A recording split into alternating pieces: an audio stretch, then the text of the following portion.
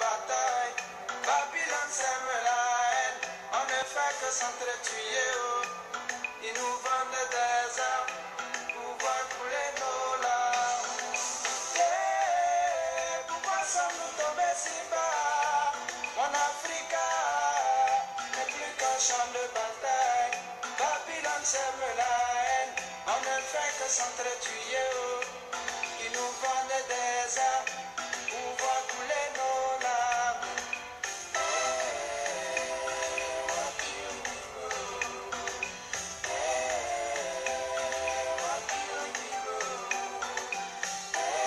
Partagez la vidéo s'il vous plaît.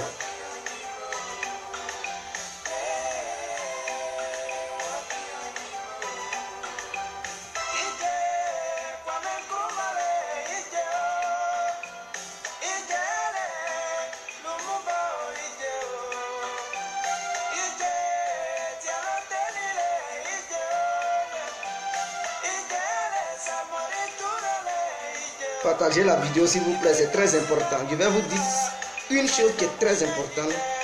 Vous allez vous en rendre compte.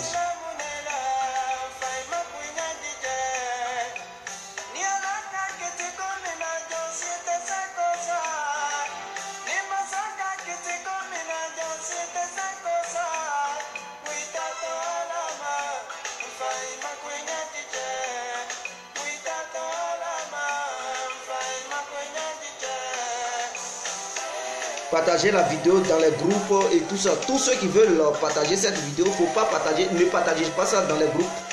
Cliquez sur mon nom, venez sur ma page pour partager ça depuis ma page. Comme ça, vos amis pourront voir la vidéo.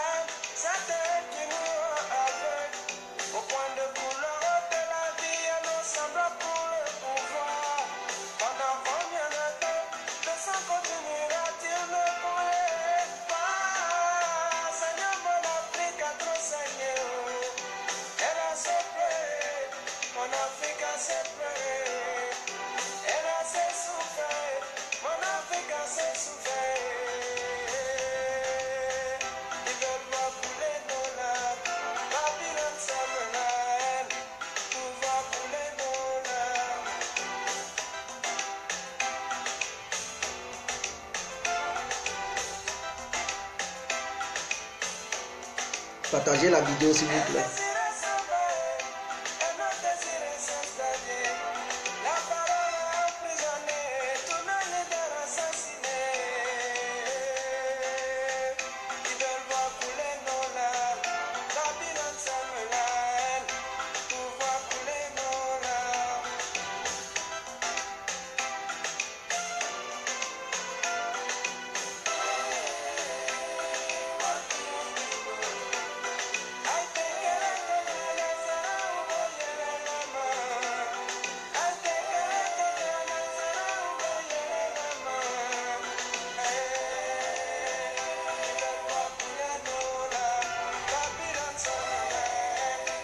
La chanson finie, on commence. Donc, dans 15 secondes, ça finit. On va commencer.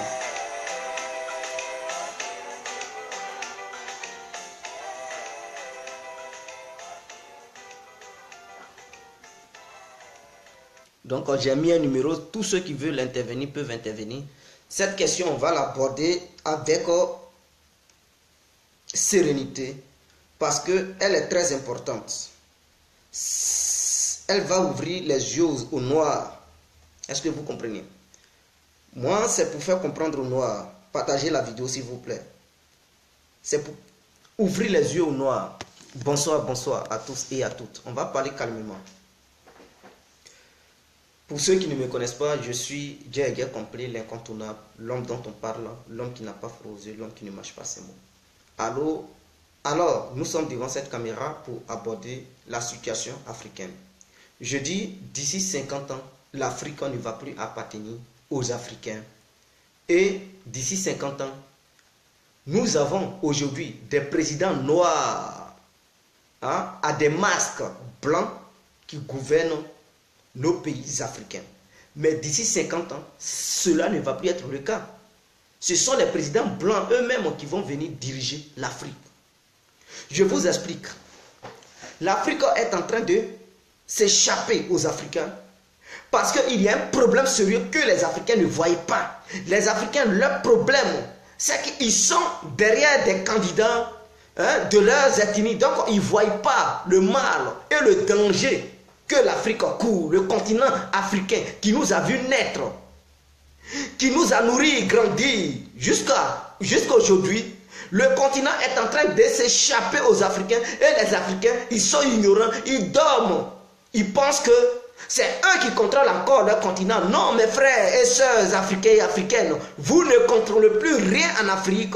L'Afrique est contrôlée par l'étranger et bientôt l'étranger il deviendra président lui-même au sommet de vos États africains. De la manière, les Amérindiens ont perdu totalement le contrôle de l'Amérique. C'est comme ça, les négros de l'Afrique perdront aussi totalement le contrôle de leur continent. Ils vont plus, d'ici 50 ans, 100 ans, ils ne vont plus diriger leur propre continent.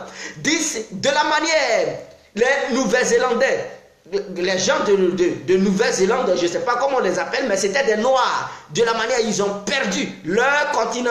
De la manière, les Australiens ont perdu leur continent. C'est de la même manière, l'Africain, le négro africain va perdre aussi son continent. Et il ne va plus diriger son continent. Regardez aujourd'hui la stratégie de l'Occident, de l'Amérique, comment ils procèdent pour essayer d'envahir l'Afrique. Je ne parlerai pas des systèmes de la France-Afrique, du système focal, ça vient après. Mais regardez aujourd'hui, il y a du terrorisme qui est créé partout en Afrique. Ils envoient l'ONU, ils envoient l'armée française, ils envoient l'armée américaine. Tout ça pour occuper les différents États africains. Au Tchad, ils ont fait une grande base américano-européenne. Est-ce que vous comprenez? Au Tchad, il y a leur grande base. Au Mali, ils ont créé autre base. Quand vous partez même en Afrique centrale, ils ont ouvert des bases. Au Congo, ils ont ouvert des bases. Partout en Afrique, même en Côte d'Ivoire, même on n'en parle pas. On n'en parle pas. La preuve en est qu'avant-hier, il y a eu leur avion qui a fait un clash. Vous comprenez? Donc en Côte d'Ivoire même, ils sont dans 43e bâtiment. Même en dehors de leur 43e bâtiment, il y a des forces onusiennes dans toutes les villes de la Côte d'Ivoire. Ils sont là occuper le terrain. Ils sont là occuper le terrain. Le Mali, le Burkina, le Sénégal, le Tchad, le Niger. On ne peut pas compter, on ne peut même pas finir de compter. Il y a des bases militaires françaises, américaines, et même les Chinois, ils viennent encore en Afrique. Djibouti, par exemple, je dirais que Djibouti, oui, il y a des bases, il y a une grande base militaire chinoise. En Éthiopie, les Éthiopiens, ils font venir maintenant les Chinois pour pouvoir sécuriser leur pays. Les autres, parce qu'en Afrique, il n'y a pas une propre armée africaine. Et eux, leur stratégie, c'est d'occuper tous les terrains. Et ils vont essayer de faire quoi? Ils vont essayer de désarmer les différents États africains. Un moment viendra où ils vont décider de ne plus vendre les armes aux Africains, aux Noirs. Ils ne vont plus vendre d'armes aux Noirs. Ils vont créer les guerres. Et les petites Kalachnikov que les différents États africains possèdent, ils vont dire le désarmement. Quand les armes vont sortir, ils vont brûler. Et quand ils brûlent ces armes, c'est pour les désarmer petit à petit. Et tous les États africains et tous les pays africains, les Africains eux-mêmes, les citoyens africains, ils ne vont plus avoir les armes pour pouvoir résister. Ils vont les désarmer de façon stratégique. sans que le noir ne prenne conscience, sans que le noir ne voie rien. Est-ce que vous comprenez? Ils vont nous désarmer et ceux qui vont posséder les armes seront les forces onusiennes, les forces françaises, les forces chinoises, les forces américaines qui vont occuper le terrain. Et dès lors qu'ils vont occuper le terrain, le noir il n'a plus d'armes. Il va faire comment pour résister? La popularité, la masse populaire, non, ils vont nous mater. Et à un moment donné, on va céder. Ils vont nous mater, ils ne vont plus nous donner le lait parce que c'est eux qui gouvernent le monde. Ils vont te mater, tu vas faire quoi? Qui va les attraper pour les conduire devant une justice? Personne. D'ailleurs, la preuve en est qu'aujourd'hui, quand ils tuent, personne ne peut les arrêter pour les mettre en prison. Mais toi, le négro, quand tu tues, on t'attrape et on t'envoie en prison. Eux-mêmes, ils te condamnent. Mais eux, quand ils tuent, ils ne s'entre-condamnent pas entre eux. C'est normal. Tuer les autres, c'est normal à leurs yeux. Mais quand le noir, il manipule le noir et que le noir tue, ça, c'est un crime contre l'humanité. On doit enfermer le noir. Un noir qui tue un Européen ou un Américain, mais lui, sa peine, il connaît déjà ses prisons à vie. Mais un Européen qui tue un noir, c'est normal. Lui-même, cet Européen, on ne le juge même pas. C'est normal. On dit qu'il n'a pas fait erreur. Il n'a pas fait semblant, c'est une erreur.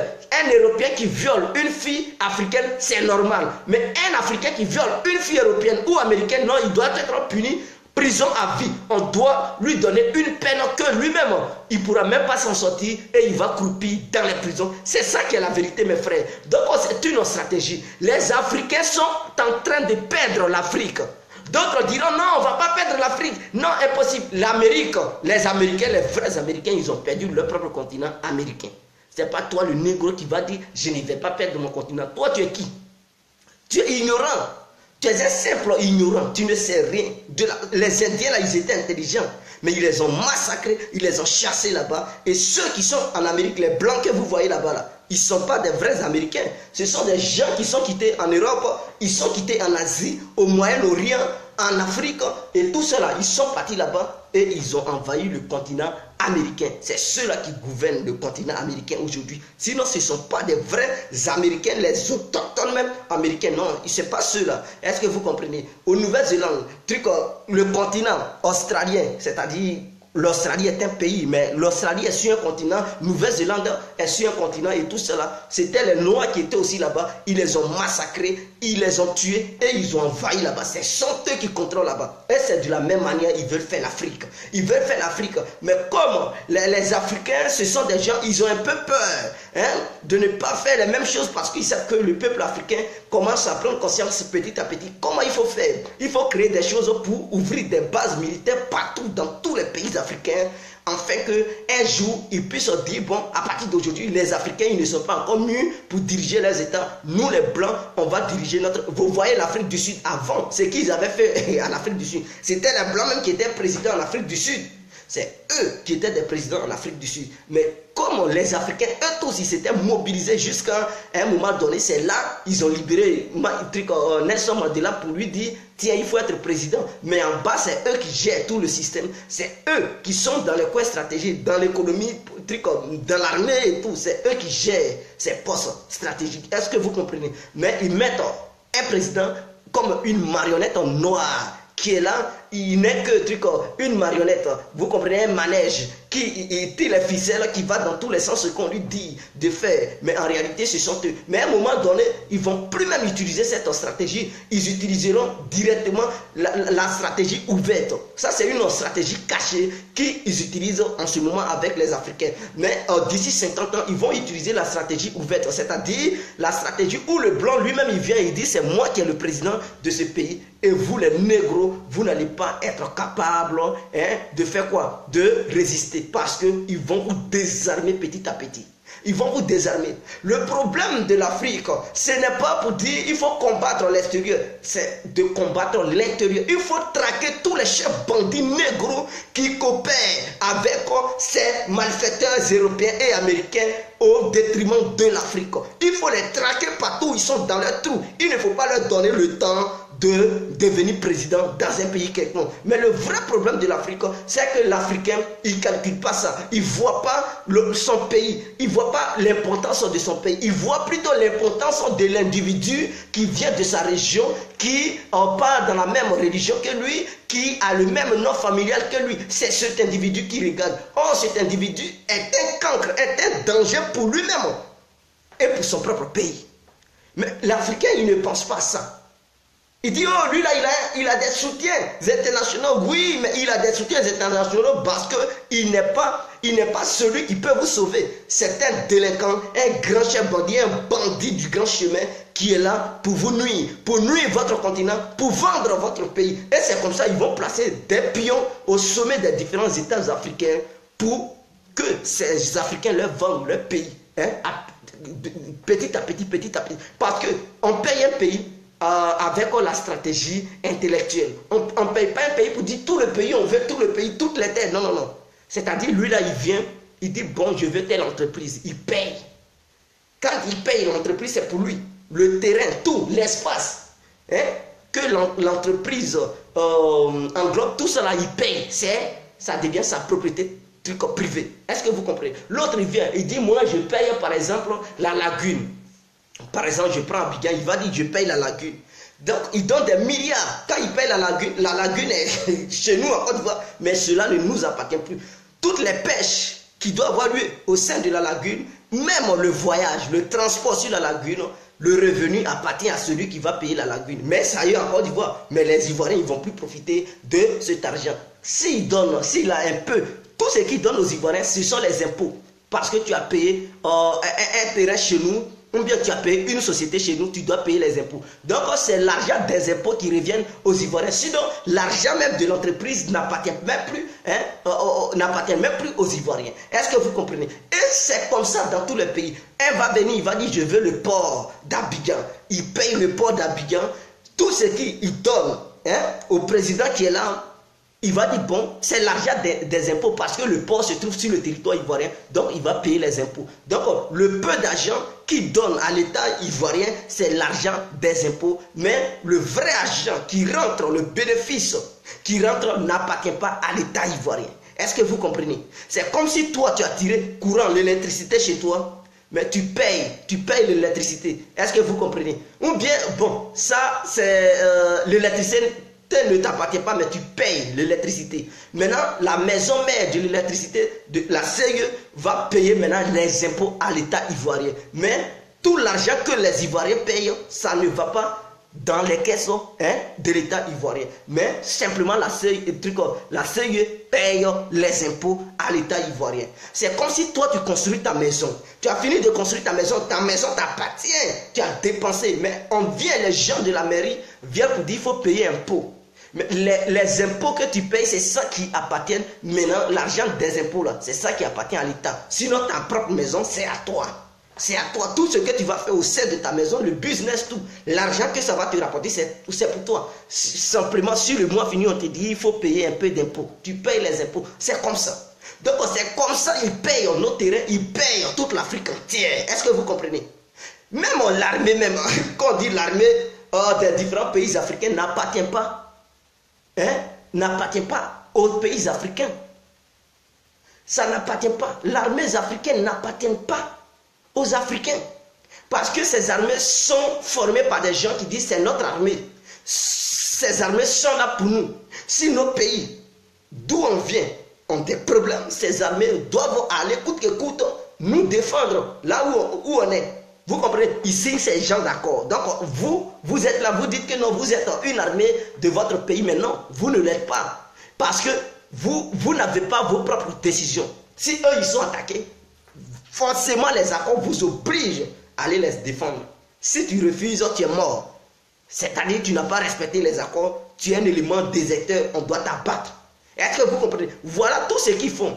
Donc nous sommes là, nous sommes dans des tenues, mais en réalité, nous ne sommes pas dans des tenues pour notre pays. Nous sommes dans des tenues pour défendre les intérêts des gens qui sont venus nous acheter parce qu'ils achètent nos armées. Le fait de signer des accords qui n'arrangent pas même votre pays, ce sont des accords qui vous permettent de travailler pour eux et non pour vos États. Est-ce que vous comprenez? Raison pour laquelle aujourd'hui, dans les pays africains, il y a de l'insécurité. Parce que ce sont eux qui décident comment nos armées vont travailler, comment nos armées, quelle mission nos armées doivent faire et tout. S'ils ne sont pas d'accord, ils disent non, laissons tomber, laissez tomber. Ce sont eux qui décident de tout. Alors, avec ça, on dit on a des États, on dit on a des pays. Mais le vrai problème, ce sont les négros chefs bandits, des grands délinquants, des voyous qui coopèrent avec ces gens au détriment de notre continent. C'est ceux-là qu'il faut traquer, c'est ceux-là qu'il faut sélectionner au sein du continent africain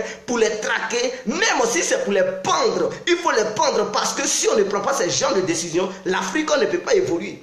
Les pays, les pays qui ont émergé aujourd'hui, mais ils ont pendu les gens. En France même, que vous voyez là. Pour que la France soit puissante, mais la France a traqué tous les trucs, tous les corrompus, tous ceux qui avaient coopéré avec l'État allemand. Les Français ont tué ceux-là, ils les ont pendus. Tous les vendus, ils les ont pendus. En fait que la France ne se relève. Ici en Belgique, ceux qui avaient coopéré avec les Allemands, pour que les Allemands envahissent la Belgique. Mais quand les Allemands sont partis, ils les ont traqués partout, dans leurs trous, dans leurs maisons. D'autres étaient cachés, ils les ont traqués, ils les ont brûlés.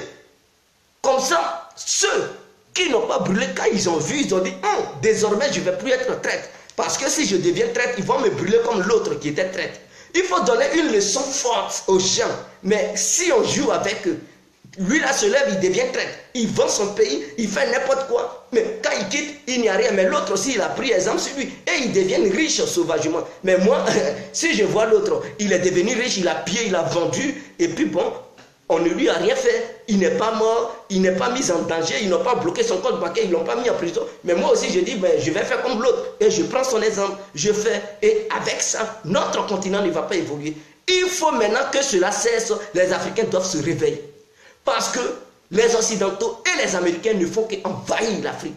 Ils ne font qu'envahir. Parce qu'ils ne peuvent pas venir comme ça. Il faut créer le terrorisme pour trouver des prétextes. Et suite à ça, signer des accords avec ces gens. Parce qu'ils sont en complicité. Ces grands chefs bandits africains, ils sont au courant de tout ce qui se passe. Ils savent qu'est-ce qu'ils signent dans l'ombre. Mais c'est nous, le peuple, qui ne savons pas. C'est nous qui ne savons pas. Donc on est derrière eux. On les suit, on dit oh ils sont forts, non ils ne sont pas forts, ce sont des malhonnêtes, des grands délinquants, il faut les traquer, il faudrait que le peuple africain se réveille, il faudrait que le peuple africain se réveille, il faudrait que les Africains cessent de combattre les gens qui sont là pour développer l'Afrique, il faudrait que les Africains cessent cela, c'est ça le vrai problème, parce que le noir n'a pas été éduqué dans ce sens. On dit, non, si ton pays a des liens internationaux forts, c'est là que ton pays peut évoluer. Mais depuis que ceux qui sont là, ils ont des liens internationaux forts, c'est quoi qui évolue? Est-ce que vous mangez à vos faim? Mais il faut aussi tirer des leçons. Il ne faut pas voir le côté négatif seulement, mais voir, il faut dire, mais est-ce que ça peut avoir un côté positif? Parce qu'on vous dit, si le pays n'a pas de liens sur le plan international, ce pays, il aura la faim, le pays ne va pas émerger et tout. Bon, on suppose que ce pays a des liens partout, partout dans le monde. Mais pourquoi ces pays n'évoluent pas? Et je prendrai même des cas, par exemple le Mali, Ibeka qui est là, il a des liens partout. Les Maliens, ils souffrent, au nord du Mali, mais les gens, ils ne mangent pas, ils meurent à longueur de journée. Il y a des attentats, mais pourtant, il a des liens partout dans le monde. Il a des liens de partenariat forts partout dans le monde avec les grandes puissances. Mais pourquoi les Maliens souffrent? Ils n'arrivent même pas à manger 2 fois. Oh, pourtant, le Mali est très riche. Le Mali est très riche. Donc, cette histoire qu'on vous met dans votre tête pour dire, si ton pays se renferme sur lui, alors vous allez mourir de faim, le pays ne va pas émerger. On voit certains pays qui, la Côte d'Ivoire d'ailleurs, qui a des liens internationaux, mais les Ivoiriens meurent à longueur de journée, ils n'ont même pas de quoi manger, ils souffrent. L'électricité va les dire, même nourriture, ça va les tuer. Oh, pourtant, le président ivoirien qui est là, il a des liens internationaux, que ce soit l'Amérique, l'Europe, la Chine, c'est moi qui cite les pays, mais je vais dire tous les autres continents du monde, la Côte d'Ivoire a des liens, il n'y a plus d'embargo sur la Côte d'Ivoire, mais pourquoi les Ivoiriens souffrent? Est-ce que c'est une histoire de dire, c'est parce que la Côte d'Ivoire est renfermée sur elle? Non, la Côte d'Ivoire n'est pas renfermée sur elle, elle est ouverte à tout le monde, mais les Ivoiriens souffrent. Ce n'est pas ça la question. Ce n'est pas ça la question. Ce n'est pas ça la question. La question n'est que, est-ce que quand un pays s'ouvre, est-ce qu'un pays a des liens internationaux, tous ceux qui viennent investir, est-ce qu'ils investissent au nom pour les habitants de ce pays, ou bien ils investissent pour piller votre pays? C'est ça la question. Est-ce que leur argent profite au peuple de ce pays ou bien leur argent ne profite pas au peuple de ce pays? Comment il faut faire pour que les gens puissent se sentir à l'aise, pour que les gens puissent trouver du boulot? Je prends le cas de la Corée du Nord, qui est pliée sur elle-même. Cette Corée qui a des ennemis partout dans le monde. Cette Corée que les gens traitent de n'importe quoi. Je tiens à vous dire, la scolarité est gratuite. On ne paye même pas l'école. L'éducation même est gratuite. On ne paye pas. Vous comprenez? Ceux qui suivent les actualités, ils savent. Moi, je suis beaucoup ça et je regarde. Ceux même qui habitent là-bas, ils disent non, c'est gratuit. Il y a des gens qui partent là-bas et ils reviennent. Même il y a un basketteur américain qui a été là-bas. Son ami même, c'est le président Tricot. Il a été là-bas, il a parlé de l'évolution du pays. Il dit, faut pas, ils vont traiter le pays comme ça. Parce que ce qu'ils disent n'est pas réellement vrai. Lui, il a été là-bas, il a vu des choses. Et que le pays évolue. Les gens, ils ne payent pas l'école. Mais nos pays qui sont ouverts à l'humanité entière, est-ce que l'éducation ne paye pas? Mon paye. Et les gens, ils sont analphabètes, ils ne connaissent rien.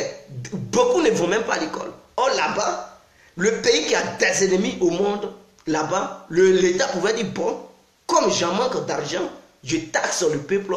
Lui qui n'a pas l'argent, non, il ne va pas à l'école. Pour que l'État devienne riche, pour poursuivre son programme nucléaire. Mais l'État n'a pas besoin d'argent des citoyens coréens. L'État se bat lui-même pour obtenir son propre argent. Et même vient en aide au peuple. C'est sans dire des gens, ils dirigent le pays. Parce que ce n'est pas un truc, c'est pas une marionnette.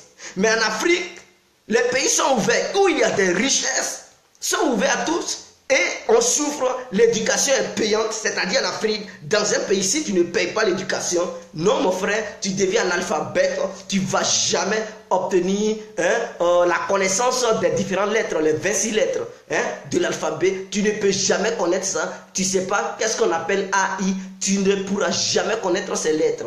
Et tu vas grandir dans l'ignorance. Est-ce que vous comprenez? Les gens qui sont au devant de nos pays, au sommet de nos différents États, ils sont ouverts aux différents pays du monde. Mais est-ce que le peuple africain mange à sa faim? Est-ce que le peuple africain profite de ça? Ils n'ont qu'à arrêter de dire, quand un pays est renfermé sur lui, les habitants de là-bas, ils meurent. Est-ce que et puis le pays n'évolue pas? Les différents pays qui sont ouverts, quel pays qui a déjà émergé? Quel pays? Si ce n'est pas que le Rwanda. Mais le Rwanda, à un moment donné, il fallait que le Rwanda se replie sur lui. Il fallait que le Rwanda, les Rwandais prennent des décisions pour bannir certaines choses dans la société. Il fallait même qu'ils renient même la stratégie, le système français, pour que les Rwandais, il fallait que les Rwandais trouvent un président qui n'est pas là pour détruire le Rwanda. Il fallait que ce président, Paul Kagame, se soucie du peuple rwandais. Et c'est comme ça les Rwandais ont eu la chance, parce qu'ils ont eu la chance d'un président qui se soucie d'abord de son peuple et qui a vu que le système dans lequel le Rwanda était plongé n'était pas un bon système et que ce système ne profitait pas au peuple rwandais. Donc il fallait changer ce système. Et il s'est renfermé sur lui afin de changer, faire un nettoyage de fond. Tous ceux qui étaient contre la progression du Rwanda, tous ceux qui étaient des corrompus, qui coopèrent avec l'international pour détruire le Rwanda, Paul Kagame les a matés, il les a même assassinés parce qu'il ne joue pas. Il ne joue pas. Lui, il se soucie beaucoup de son peuple. On dit non, il tue les opposants. Oui, il tue les opposants. Mais ces opposants, ils sont quoi? Ils sont quoi? Ils sont les pions de l'Occident, de l'Amérique et tout ça. Donc, il faut anéantir le mal avant que le mal ne prenne le dessus. Poutine, quand il est venu au pouvoir, la Russie était malmenée par la politique européenne et la politique américaine.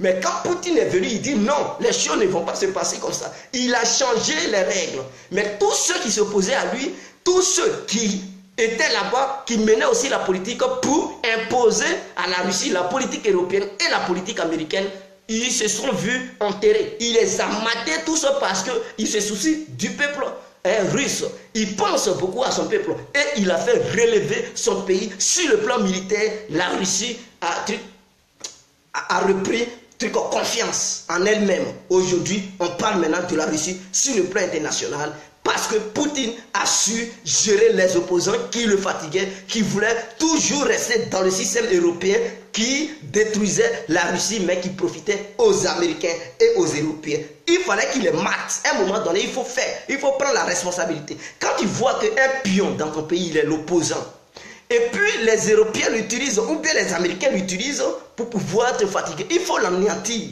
Quand tu vas l'anéantir, d'ici, ils vont trouver un autre pion, ta politique évolue, tu évolues. Quand ils trouvent encore un autre pion qui fout la merde, qui t'embête, tu le mates. Quand ils ne vont plus avoir des pions pour pouvoir les utiliser et te faire truc, mais ils vont faire quoi? Mais ils vont crier sur les toits et c'est fini. En Corée du Nord, je reviens toujours là-bas, parce qu'en Corée du Nord, il n'y a même pas d'opposants. Ils vont prendre qui pour mélanger le pays? Parce que Pyongyang, Sung Jong-un, plutôt, tous les opposants qu'il y a eu en Corée du Nord, qui étaient des marionnettes occidentales et américaines, il les a matés, ou bien il les a mis en prison. Il n'y a plus d'opposition. Ils vont faire quoi? Les Américains crient sur tous les toits. Ils vont prendre qui pour manipuler le peuple? Et il a interdit toutes les ONG de rentrer dans son pays afin de ne pas manipuler le peuple pour retourner le peuple contre le gouvernement. Et donc personne ne peut se révolter. Ils sont bien, voilà, ils vivent leur manière de vivre, parce que ce n'est pas la vie que toi tu mets que tu vas m'imposer.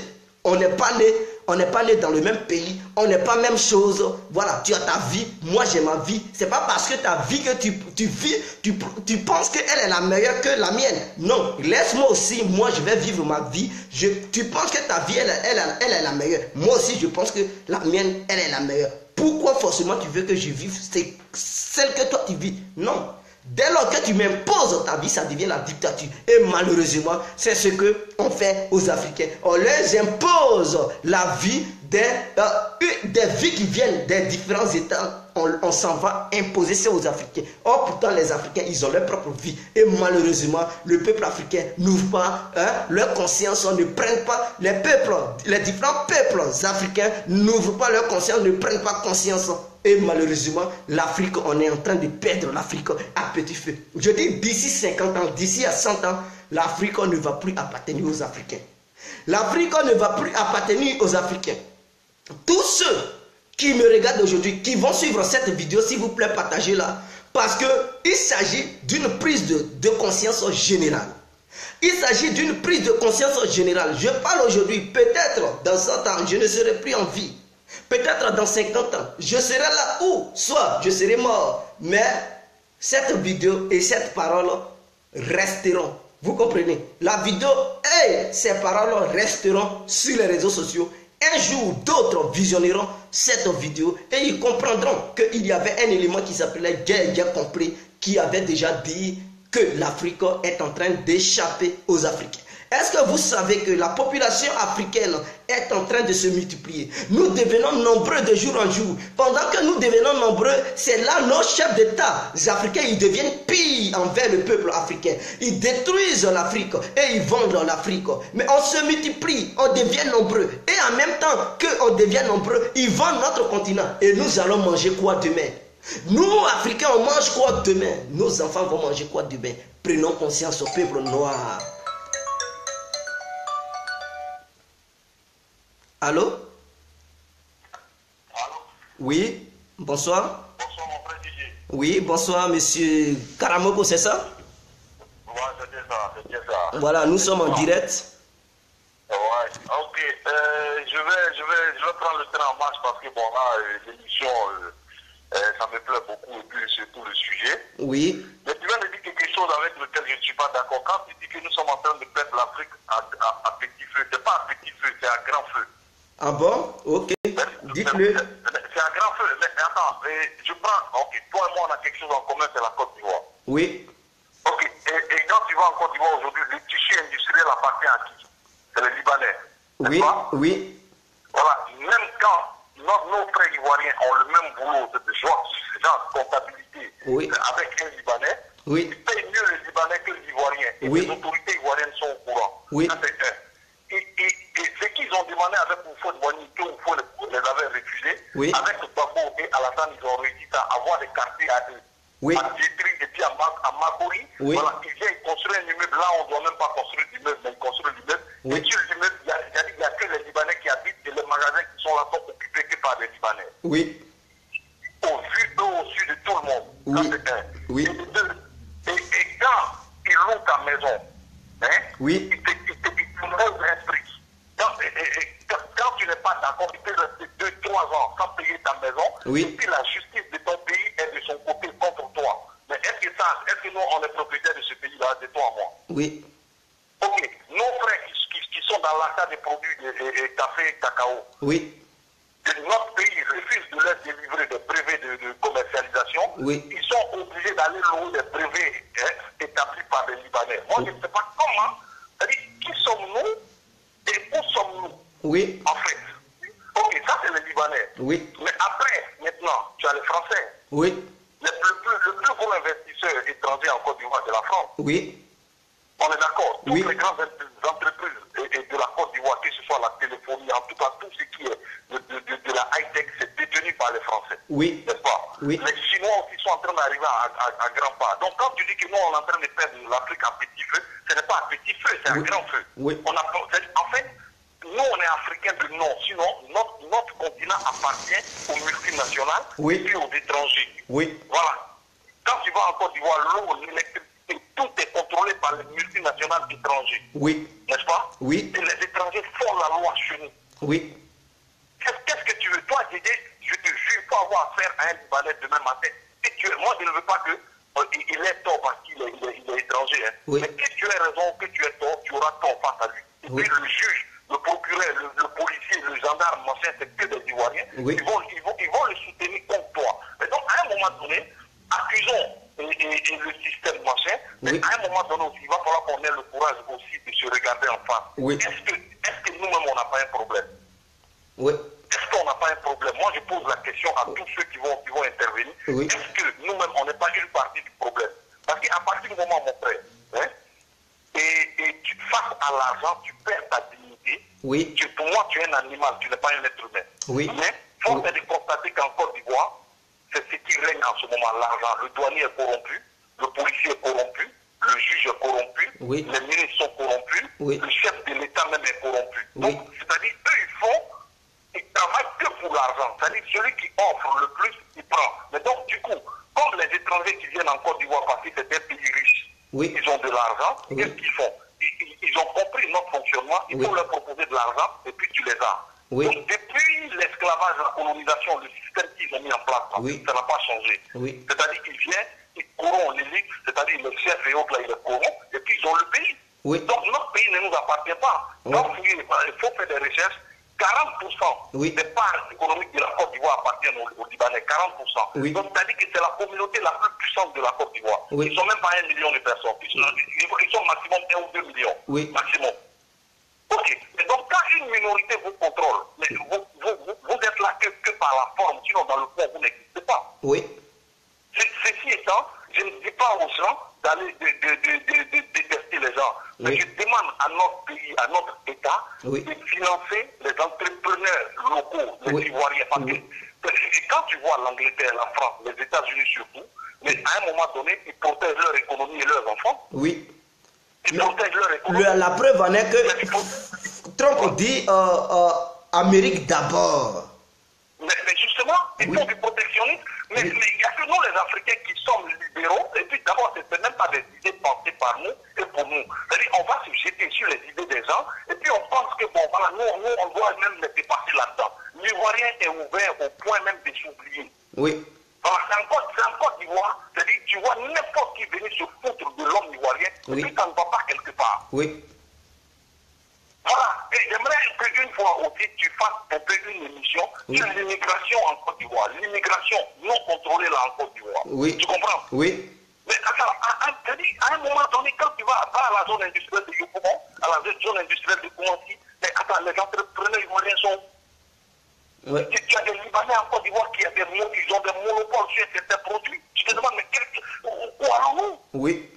Ils sont tous armés. Quand tu as même dans la circulation, moi ça m'est arrivé 2 fois. C'est-à-dire que quand sur la route vous prenez la tête, ils sortent un pistolet, ils te menacent. Oui. Ok. Ça m'est arrivé à Makori. Moi j'habite à Makori quand je suis habitant. J'ai pris l'immatriculation du monsieur. Je me suis rendu au commissariat. Le commissaire me dit, oh mon frère, pour laisser ici, il n'a pas tiré, c'est pas grave. Je demande si tu comprends. Oui.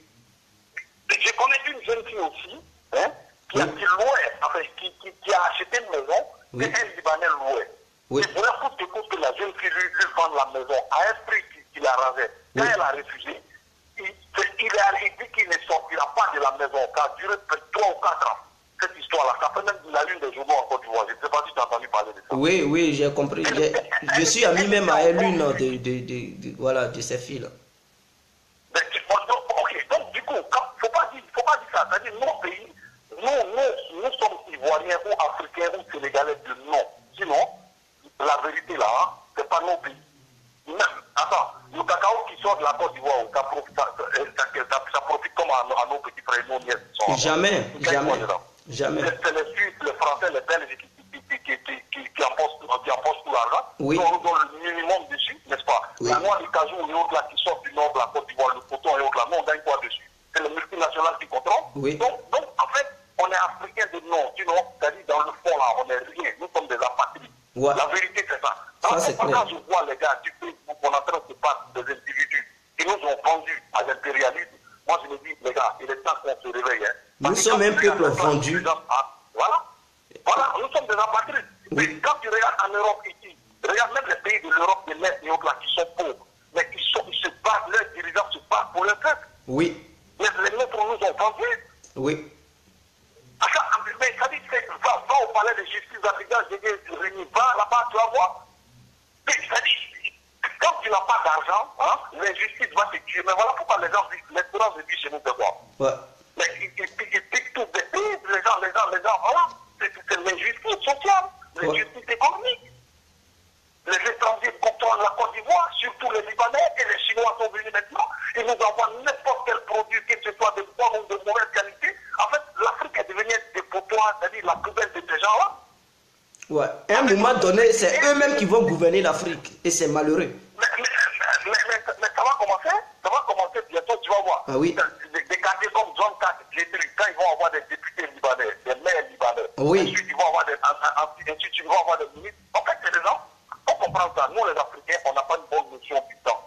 Mais pour avoir l'utilisation si bien, le temps était un autre nom de Dieu. Ouais. Donc, quand tu penses que l'Égypte et autres, là, c'était des pays noirs, mais aujourd'hui, les noirs n'existent plus, le Soudan et autres, là, c'était des pays noirs. Donc, ce qui s'est passé là-bas, là, mais nous, on fait être victime de ça, n'est-ce pas? Oui. Mais alors, donc, du coup, mais quand on a une classe dirigeante qui est portée sur ses propres intérêts, sur l'argent, et puis il faut remarquer même leur fonctionnement, leurs enfants ne sont pas là-bas. Oui. Donc, que ça se passe bien ou pas, lui, c'est pas son problème, ses enfants ne sont pas dedans. Oui. Et si ça sauve qu'il a un avion qui l'attend pour se sauver, n'est-ce pas? Oui. Mais Caro, il a pris le pouvoir au Ghana, la première des choses qu'il a fait, il a fait quoi? Il a chassé d'abord les Libanais. Oui. Il les a tous chassés, les Grecs et les Libanais, il les a tous chassés. Parce que ces gens-là, quand ils sont dans un pays, ils bousillent le pays en long et en large. Oui. Mais en Côte d'Ivoire, ils sont les bienvenus. Ils participent à n'importe quelle campagne. Ils sont les bienvenus. Ils ont des quartiers. Et puis voilà, on leur donne tout. Et puis on est là, on les regarde. Oui. Voilà. Donc voilà, mon frère, c'était ma part de... Merci, M. Karamoko, pour votre brillante intervention. Allez, bonne soirée à toi. Ciao. Monsieur Kaka, tu rencontres des conneries, tu ne vas pas dire que l'Afrique recule depuis les années 60. Ok. Je comprends parce que Monsieur Kaka ne comprend rien.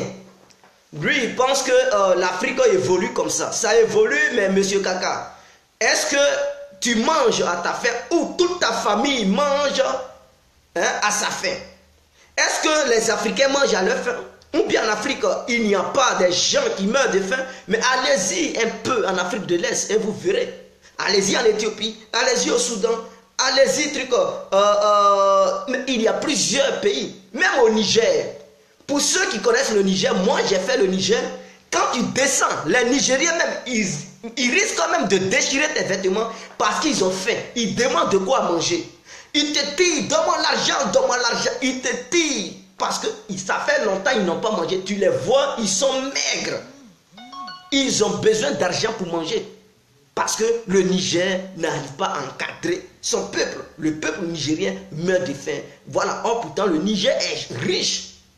L'uranium se trouve à gogo. C'est-à-dire, il y a assez d'uranium au Niger. Et si l'État nigérien contrôlait sa propre économie, Mais je pense que les Nigériens allaient manger à leur faim. Le Niger allait être bâti. Mais allez-y dans la deuxième capitale du Niger, qu'on appelle Agadez, parce que la première capitale s'appelle le Niamey. Niamey même n'est pas bien construit. Mais je ne parle pas de Niamey. Allez-y dans la seconde capitale qu'on appelle Agadez. Mais ce sont les maisons en banco, en papo. C'est ça qui est la capitale nigérienne, la seconde capitale. De la manière on dit en Côte d'Ivoire, Abidjan et Yamoussoukro. Mais au Niger, Yamoussoukro, c'est comme Agadez. Mais là-bas, ce sont des maisons à papo. Ce sont des pailles. Ils ont pris la boue pour faire maison. Et c'est ça qui est capitale. Vous comprenez? Et vous allez dire, l'Afrique évolue depuis 60 ans. Mon frère, l'Afrique n'évolue pas. L'Afrique, il ne faut pas voir les immeubles qui sont à Abidjan pour penser que l'Afrique... Les immeubles même qui sont là-bas n'appartiennent même pas à la Côte d'Ivoire. Est-ce que tu comprends, monsieur Kaka? Les immeubles de la Côte d'Ivoire ont été déjà achetés. Les grandes sociétés de la Côte d'Ivoire ont été déjà achetées. Donc quand tu vis dans un pays où toi-même, ta race ne contrôle plus rien, c'est une autre race qui contrôle tout, qui t'impose ta manière de vivre. C'est-à-dire, combien tu dois payer chaque fin du mois. Si tu as utilisé l'électricité, c'est quelqu'un d'une autre race qui vient qui dit, chaque fin du mois là, le courant, l'électricité doit coûter comme ça, chez toi à domicile. L'eau là, ça doit coûter comme ça. Et puis on t'envoie la facture et tu dois payer. Est-ce que tu comprends? Le kilo de riz là, c'est une autre race qui te dit, les commerçants de la Côte d'Ivoire qui payent le riz étranger qui rentre sur le territoire ivoirien, c'est eux qui les taxent beaucoup. Donc les commerçants ivoiriens, eux aussi, ils veulent leurs bénéfices. Donc à leur tour, ils te taxent beaucoup. Ils te disent, le kilo de riz, c'est tellement cher. Ils font monter ça. Et tu vas payer ça, mon frère. La pêche halieutique, c'est-à-dire les ressources halieutiques, tout ce qui provient de l'eau en Côte d'Ivoire n'appartient même pas aux Ivoiriens. Et c'est comme ça partout en Afrique. Ces richesses n'appartiennent pas aux Ivoiriens. Donc ça fait qu'en Côte d'Ivoire, les prix des différents poissons augmentent. Le pétrole même ivoirien n'appartient même pas à la Côte d'Ivoire. Ça appartient à des sociétés étrangères. C'est eux maintenant qui donnent un peu sur ce qu'ils gagnent. Et ce que la Côte d'Ivoire gagne, ce sont les impôts, parce qu'ils ont extrait ce pétrole sur le territoire ivoirien. Donc c'est comme si c'était en guise d'impôts qu'on donnait un peu à l'État ivoirien. Voilà le vrai problème. Voilà le vrai problème. Et les aéroports et ports n'appartiennent pas aux Ivoiriens. Est-ce que vous comprenez? Ça n'appartient pas aux Ivoiriens. Le pont, le nouveau pont, qu'on dit, oh, le pont à péage. Mais si c'était pour toi le pont, pourquoi tu payes avant de passer? Tu payes le pont là, pourquoi tu payes avant de passer? Tu payes de l'argent. L'argent, le pont n'appartient pas aux Ivoiriens. C'est un pont de commerce. Et ce pont fait rentrer beaucoup d'argent dans les caisses des grandes puissances qui ont construit ce pont pour pouvoir avoir de l'argent. Donc c'est leur business. Et donc si toi tu ne vois pas clair, ce qu'ils construisent là-bas, ça te ruine. Est-ce que tu comprends? Voilà. Donc, quel bail. Waouh. Oui, mais on fait quoi? Que proposes-tu? Moi, ma proposition, c'est de dire aux Africains de se réveiller et de laisser les hommes qui sont là, qui font la politique pour détruire l'Afrique. Au contraire, il faut traquer ces hommes qui font la politique pour détruire l'Afrique. Il faut les anéantir. Il faut les anéantir là où ils se trouvent. Il faut même s'ils sont à l'étranger et puis ils lancent des mots d'autres, il faut empêcher même leurs militants de manifester. Il faut les traquer dans leur trou et leurs représentants doivent être mis aux arrêts automatiquement. Parce qu'il ne faut pas permettre encore en Afrique à n'importe qui de venir foutre le bordel. Tu es noir, tu as la liberté de faire la politique. Mais ta politique que tu dois faire doit être dans les intérêts du peuple noir. Ça ne doit pas être contre les intérêts du peuple noir. Alors dès lors qu'on te voit et qu'on te soupçonne que tu as un soutien étranger, un soutien international, mon frère, on doit t'empêcher de faire la politique parce que dès lors que tu as des soutiens internationaux, ta politique n'est pas une politique qui va profiter au peuple, mais c'est une politique qui va détruire le peuple, qui va aller contre le peuple. Donc ces gens de personnes, on devrait les interdire sur le territoire noir de faire la politique. Il faudrait que cela soit clair. Parce que si l'Afrique recule, non, la communauté internationale met pression, on ne va jamais évoluer. À un moment donné, il faut À un moment donné, il faut aussi faire bras de fer à la communauté internationale. L'Afrique, le continent africain doit aussi faire bras de fer. Doit aussi faire bras de fer avec la communauté internationale pour dire on n'est plus d'accord, nous sommes contre votre politique que vous faites sur le territoire africain.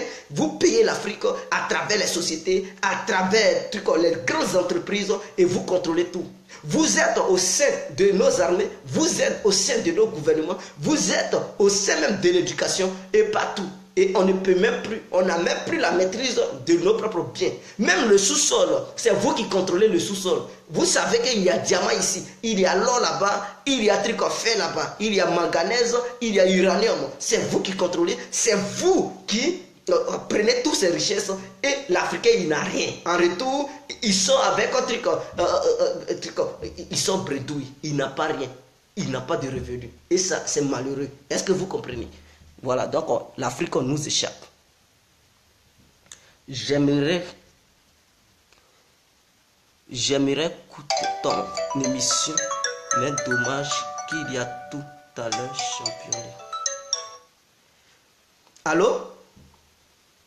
Oui, bonjour, Didier. Oui, bonjour, monsieur.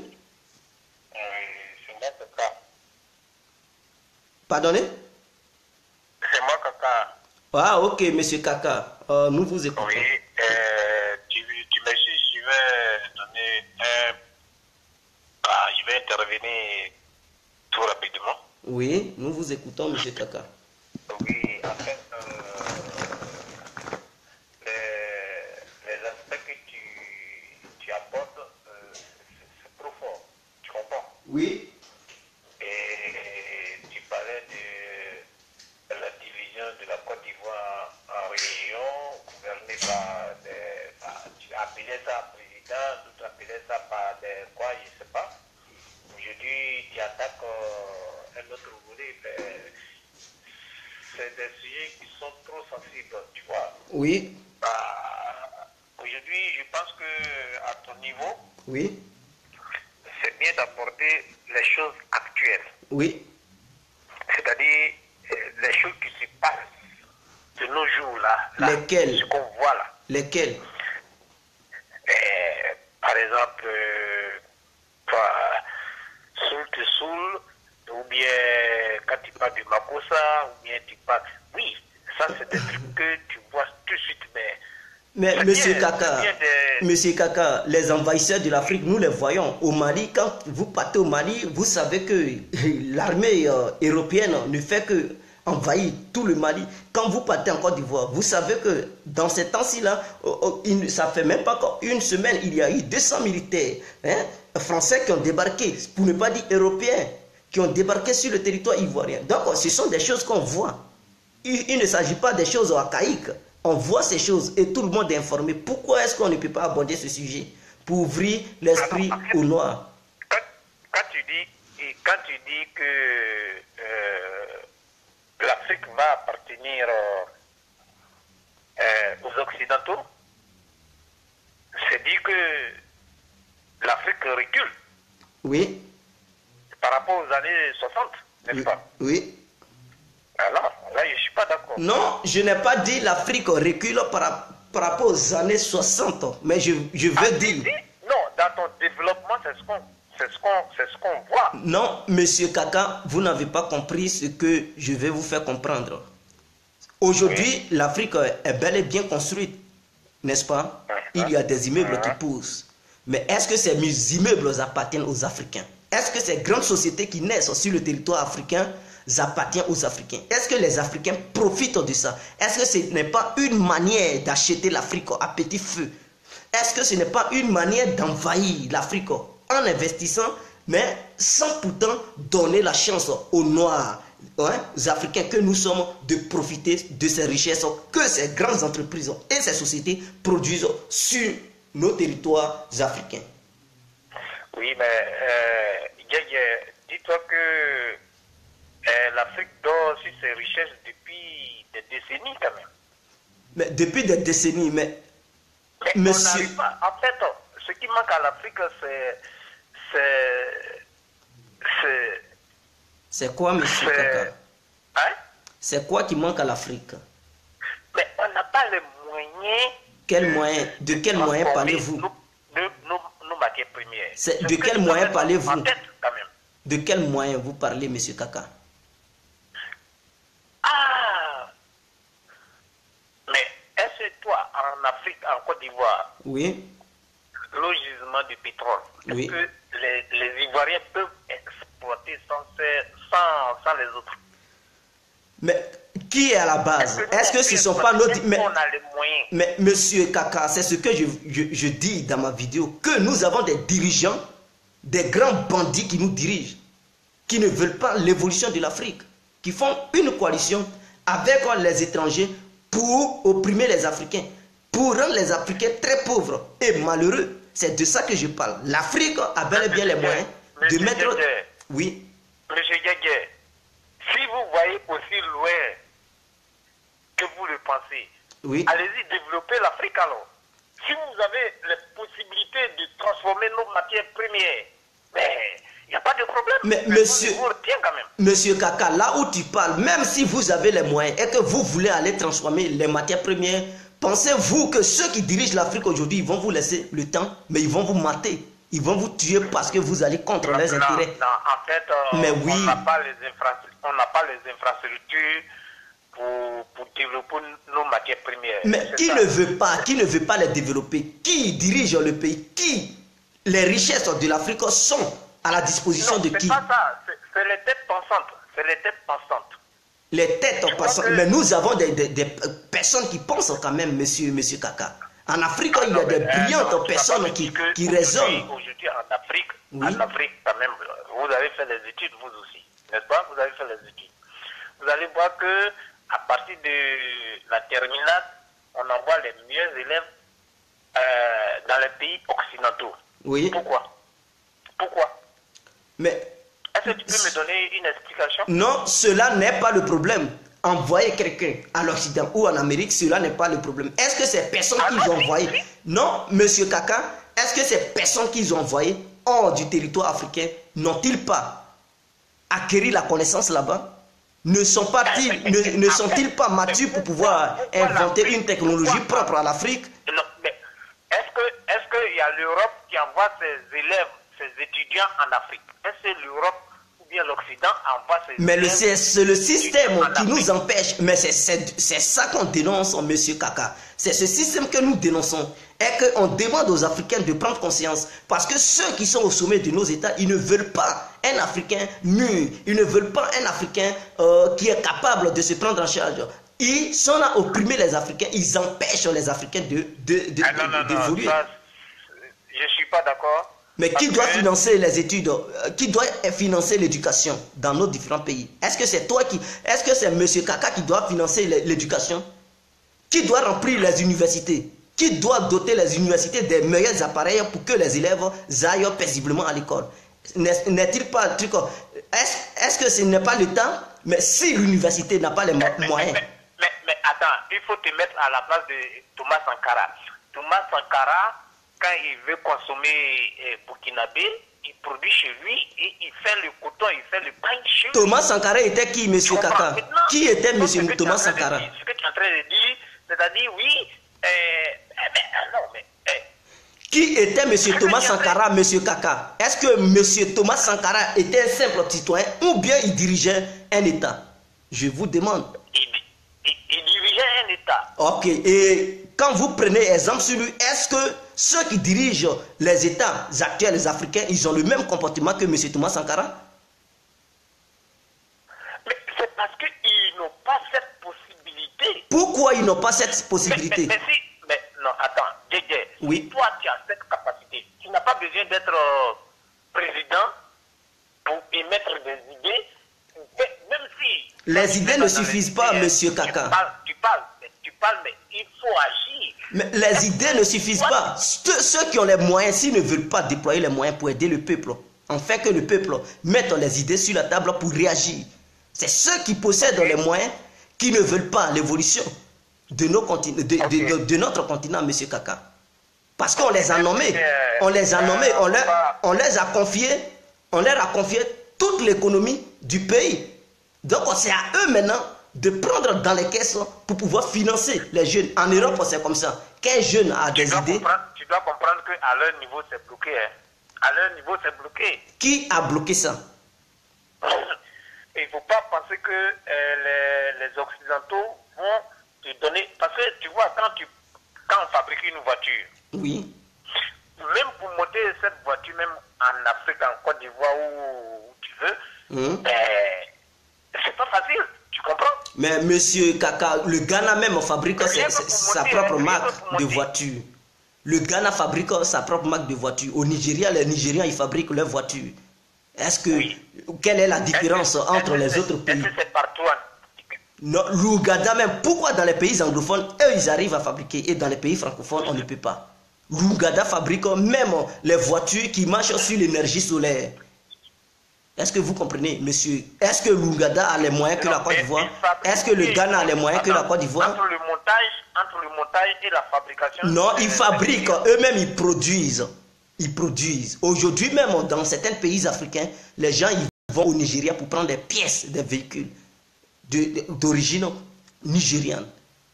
Même les Blancs, ils sont allés apprendre à Ouganda parce que les Ougandais, les élèves de l'université ougandais ont fabriqué des voitures, des bus énergétiques. Si je comprends bien, tu es prêt à prendre une voiture au Nigeria. Mais pourquoi pas? Si ça me revient moins cher, mais je la prends. Elle est de fabrication africaine. Oui, d'accord, pour toi, pour prendre une voiture, c'est ce qui te revient moins cher ou c'est ce qui... Mais ce qui est bien, parce que j'ai la confiance et la certitude que non, c'est fabriqué en Afrique. Et c'est 100% africain.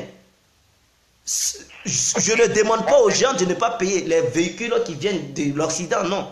Ce n'est pas ma vision. Mais je demande aux Africains de traquer ceux qui ne veulent pas le bien-être. Est-ce que les différents États africains ont-ils mis des moyens en place pour pouvoir créer les meilleures conditions des élèves, pour que ces élèves puissent avoir une bonne éducation? Mais en Côte d'Ivoire, nous voyons l'exemple. La FESI qui grève parce que au sein de l'université, il n'y a pas des appareils. Est-ce que l'État ivoirien ne peut-il pas prendre les moyens pour payer les appareils afin que ces élèves puissent faire des recherches? L'élève a quoi pour pouvoir payer les machines scientifiques pour essayer de faire la pratique? Tu les prends où? Pardonnez? Tu les achètes où? Quoi? Les machines, tu les achètes où? Même si les machines, on ne commence pas en même temps. On peut les acheter en Occident ou ailleurs, mais le fait de les acheter, c'est pour se préparer et nous-mêmes demain fabriquer pour nous. Mais les gens ne font pas ce geste. Est-ce que vous comprenez? Ils ne font pas ce geste. Voilà. Pour évoluer, tu peux tricher sur l'autre. Mais nous, on ne veut même pas tricher et les gens nous empêchent de tricher. Les gens nous empêchent de tricher. Il y a eu des Africains qui ont étudié à l'étranger. Aujourd'hui, ils possèdent une grande connaissance. Même le Malien qui travaille à la NASA. Mais c'est quelqu'un qui voulait travailler au Mali. L'État malien lui a dit non, nous on n'a pas les moyens pour financer tes projets. Et ce monsieur, il est parti en Amérique parce qu'il a les projets, il connaît la matière, il connaît les sciences. Il allait vers son État a refusé de lui donner la chance. Donc lui, il part parce qu'il ne peut pas mourir avec sa connaissance. Il est obligé de chercher de quoi manger. Il allait en Amérique, les Américains l'ont pris, il travaille à la NASA aujourd'hui. Et il y a des Ivoiriens aussi comme ça qui travaillent à la NASA. Mais c'est parce que leurs États ont refusé de les financer. Est-ce que ce sont les milliards qui manquent à nos différents présidents, nos différents dirigeants? Mais ils ont des milliers de milliards sur leur compte bancaire, monsieur Kaka. Donc nous sommes même victimes de nos propres dirigeants d'abord. Donc il faut combattre ces dirigeants. C'est ça la question. Je suis d'accord avec toi. On va essayer de combattre avec eux. Mais pour conclure, de ma part, je vais dire que on est en retard, il faut reconnaître. Ah oui. Voilà. Ce retard, il ne faut pas te dire que c'est en 50 ans on peut rattraper ça. Mais d'ici des années, oui, l'Afrique va évoluer. Faut pas, vous voyez, aujourd'hui, toi, quelqu'un, il y a Johnny Pacheco, vous êtes nombreux qui faites des trucs comme ça, des vidéos. Oui. Et tout le monde vous suit. Oui. Voilà. Avec tous ces gens, je pense que l'Afrique va prendre conscience. Mais je suis sûr à 100% que l'Afrique ne va pas reculer en dessous de 1960. Ça, c'est pas possible. Non. On évolue. Monsieur Kaka, nous n'avons pas dit l'Afrique recule, mais nous disons que l'Afrique est en train de s'échapper aux Africains. Voilà ce que je pose comme débat. Non, attends, tu as dit que l'Afrique ne va plus appartenir à l'Africain. L'Afrique échappe, mais c'est arrivé au même. Elle échappe aux Africains, donc elle ne va plus appartenir aux Africains. Même en 1960, on peut dire qu'en 1960 au moins, l'Afrique appartenait aux Occidentaux. Oui. Mais que nous sommes, qu'on soit en 2017, 2020, et que tu dis que l'Afrique ne va pas appartenir aux Africains, c'est comme si on serait... Mais est-ce que, monsieur Kaka, de la manière vous parlez, votre continent vous appartient? Vous contrôlez quoi au juste en Afrique? Dites-le moi. Qu'est-ce que vous contrôlez? Quel système vous contrôlez sur le plan? La même situation qu'en 1960. Non, je vous demande aujourd'hui, comme vous dites que l'Afrique appartient aux Africains, c'est quel système, quelle politique que l'homme noir aujourd'hui fait sur son propre territoire et que lui-même il décide de sa propre politique, qui n'est pas dirigée par l'étranger. Quelle société, quelles sont les grandes entreprises dirigées par les noirs eux-mêmes? Dites-moi, c'est un nom de certaines entreprises que les noirs eux-mêmes ils dirigent et que les noirs eux-mêmes ils prennent la décision de tracer leur propre politique. Et que le système de la manière, le système de gouvernement qu'ils doivent mettre en place ne sont pas dirigés par l'extérieur. Dites-moi le nom d'un président en Afrique de l'Ouest qui dirige sa propre politique. Parce que c'est là-bas que je maîtrise. Dites-moi le nom d'un seul président qui n'est pas marionnette, monsieur Kaka. Bon, ok, on va pas monopoliser la parole. Ok. Et je pense que l'avenir va nous trancher, nous tous. Sinon, je suis d'accord avec toi. Mais qu'on soit en deçà de 1960, oui. ça je ne veux pas comprendre. Ça, je ne suis pas d'accord. Non, voilà. Mais monsieur Kaka, vous voyez, quand le monde évolue, on change de stratégie. Avant, c'était l'esclavage brutal. Est-ce que vous comprenez? Où on venait chez votre papa, on vous attrapait pour vous mettre le fait chaud et vous vendre. C'était l'esclavage brutal. Mais comme aujourd'hui, le monde entier, l'humanité entière a les yeux ouverts. Est-ce que vous comprenez? Truc à les yeux ouverts plutôt. À les yeux ouverts. Donc aujourd'hui, il faut utiliser l'esclavage moderne et c'est un esclavage stratégique. Et c'est ce qu'ils utilisent en Afrique de telle sorte que les Africains ne voient pas. Donc d'ailleurs, ils mettent les présidents noirs au sommet de nos États. D'ailleurs, le problème, l'Afrique, on n'appartient pas aux Africains. Allô? Oui? Excuse-moi, c'est encore Karamoko. Oui, monsieur Karamoko, nous vous écoutons. Voilà, en fait, j'appelle, je veux répondre un peu au frère Kaka. Oui. Par rapport à sa réaction.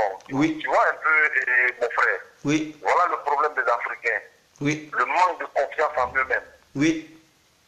Parce que quand on n'est pas, c'est-à-dire comme l'a bien dit Thomas Sankara, oui. L'esclave qui n'est pas capable d'assumer sa révolte ne mérite pas qu'on s'apitoie sur son sort. Oui. Quelqu'un qui est esclave, et que tu lui dis, sors de l'esclavage, si on va prendre notre destin en main, si on doit manger des ignames et des bananes, mais au moins on le mange librement entre nous, et qui refuse de sortir de cette situation-là, sous prétexte que le maître sortit bien de lui, alors donc, que veux-tu qu'on fasse pour lui? Oui. Tu comprends? Oui. En comptabilité, on nous dit que les pertes ne font pas partie du chiffre. Il y a des gens là, il faut les laisser. Et j'oublie une chose. Le plus gros investissement du continent africain, ça a été dans les études. C'est ce que les gens oublient. Il n'y a pas un continent qui a formé des cadres dans tous les domaines plus que les Africains. Il me dit que non, à partir du baccalauréat, on peut pas, on est obligé de faire sortir nos enfants. Ce n'est pas vrai. La suite, dans certains domaines. Sinon, Maurice Kapo Pikaoui, pour donner un nom connu, il est docteur en cardiologie, il a fait tout son cursus à Abidjan, à l'université, à la faculté de médecine d'Abidjan. Et la Côte d'Ivoire était l'un des rares pays où du CP1 jusqu'à ce qu'on finisse ingénieur, à Yamoussoukro, on ne pouvait pas sortir du pays. Donc dans ce certain plan, on a fait des progrès sur le plan scolaire. Mais maintenant, est-ce que nos États à un moment donné ont eu confiance en nous? Voilà le problème. Est-ce que nos États ont investi dans la recherche scientifique pratique? Voilà la question. Sinon, attends, à aller apprendre à l'étranger.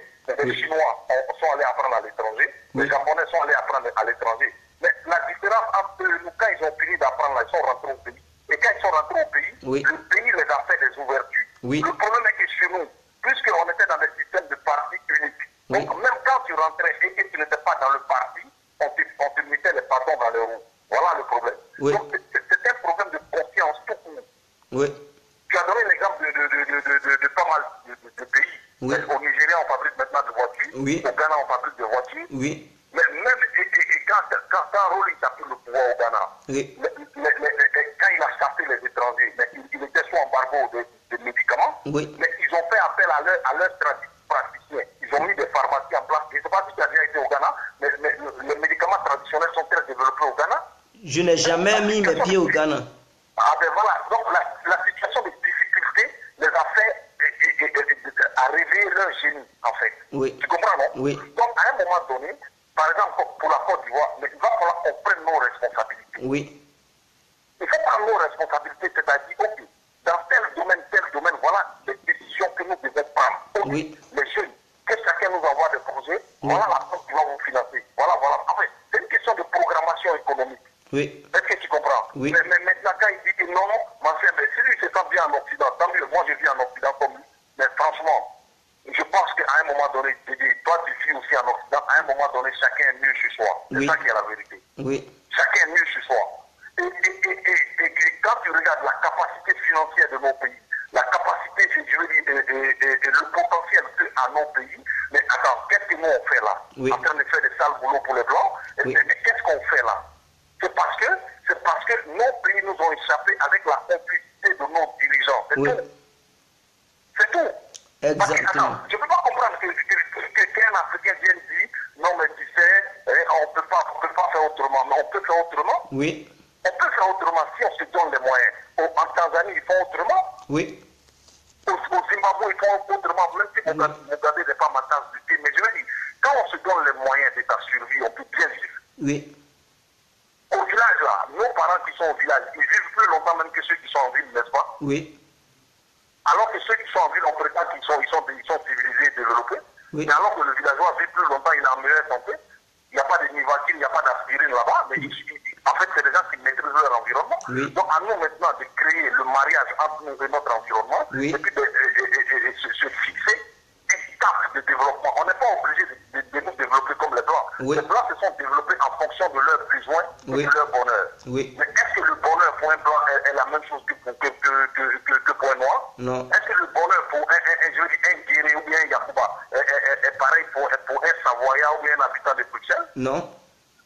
Voilà. Donc à nous maintenant de trouver notre bonheur et puis vivre en fonction ou à la recherche de notre bonheur. Mais ne cherchons pas franchement à faire comme quelqu'un ou à faire comme les autres. Tu comprends ce que je veux dire? Oui, je comprends. Voilà. Donc on arrête de se blaguer. On arrête de se blaguer. Écoute, si on veut en Afrique, si on veut bien vivre en Afrique, on peut. Mais commençons d'abord par être des vrais indépendants, des gens vraiment indépendants. Notre indépendance, ça sera de contrôler d'abord notre économie, notre production, et puis surtout notre système éducatif. Merci mon frère. Merci monsieur Karamoko.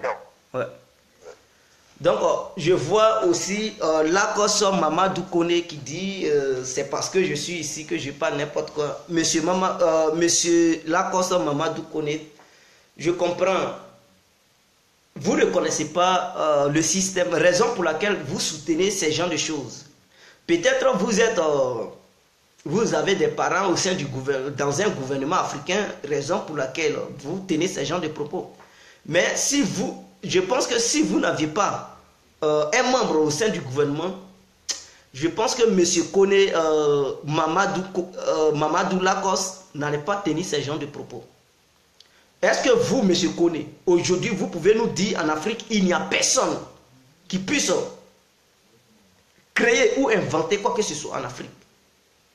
Si, il y a bel et bien des gens qui inventent certaines choses, mais quand ils vont vers leur président, vers leurs dirigeants refusent de les financer.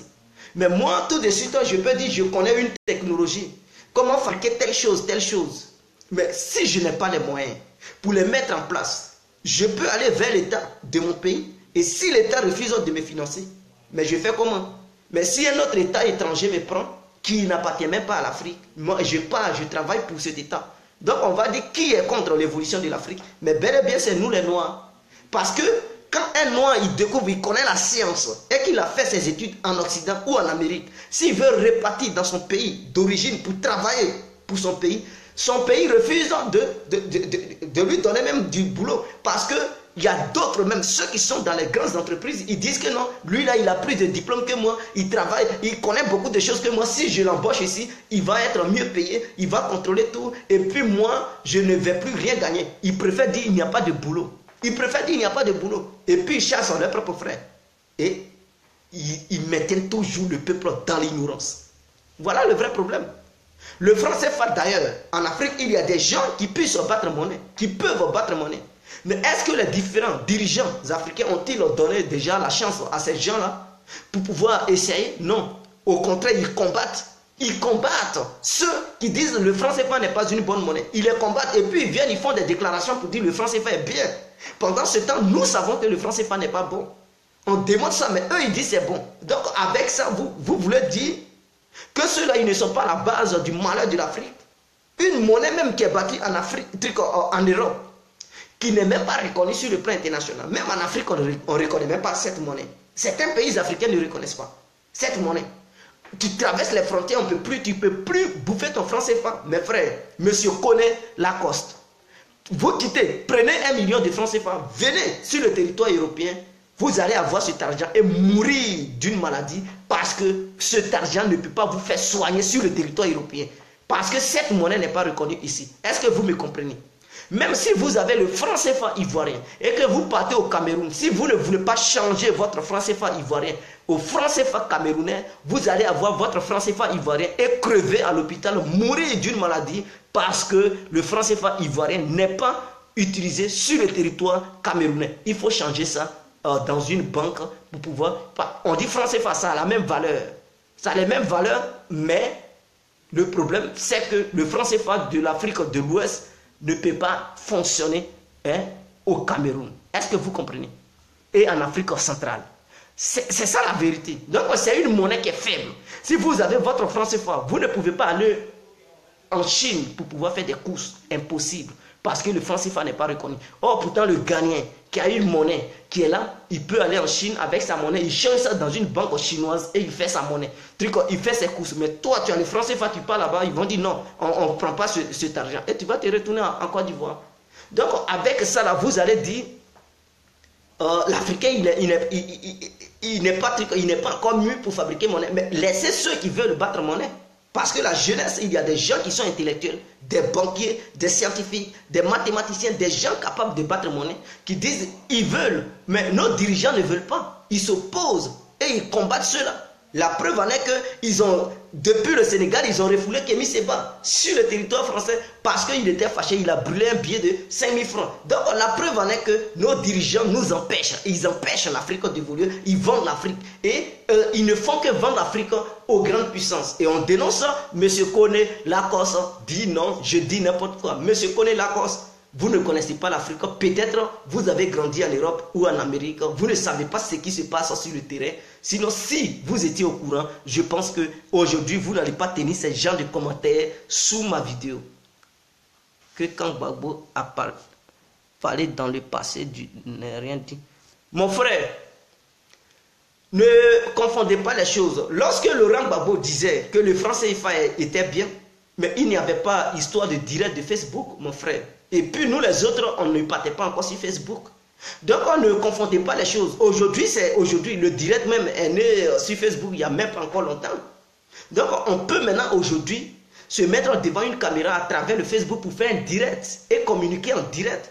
Mais au temps de Gbagbo, lorsqu'il tenait ce genre de propos, mais il n'y avait pas de direct sur Facebook.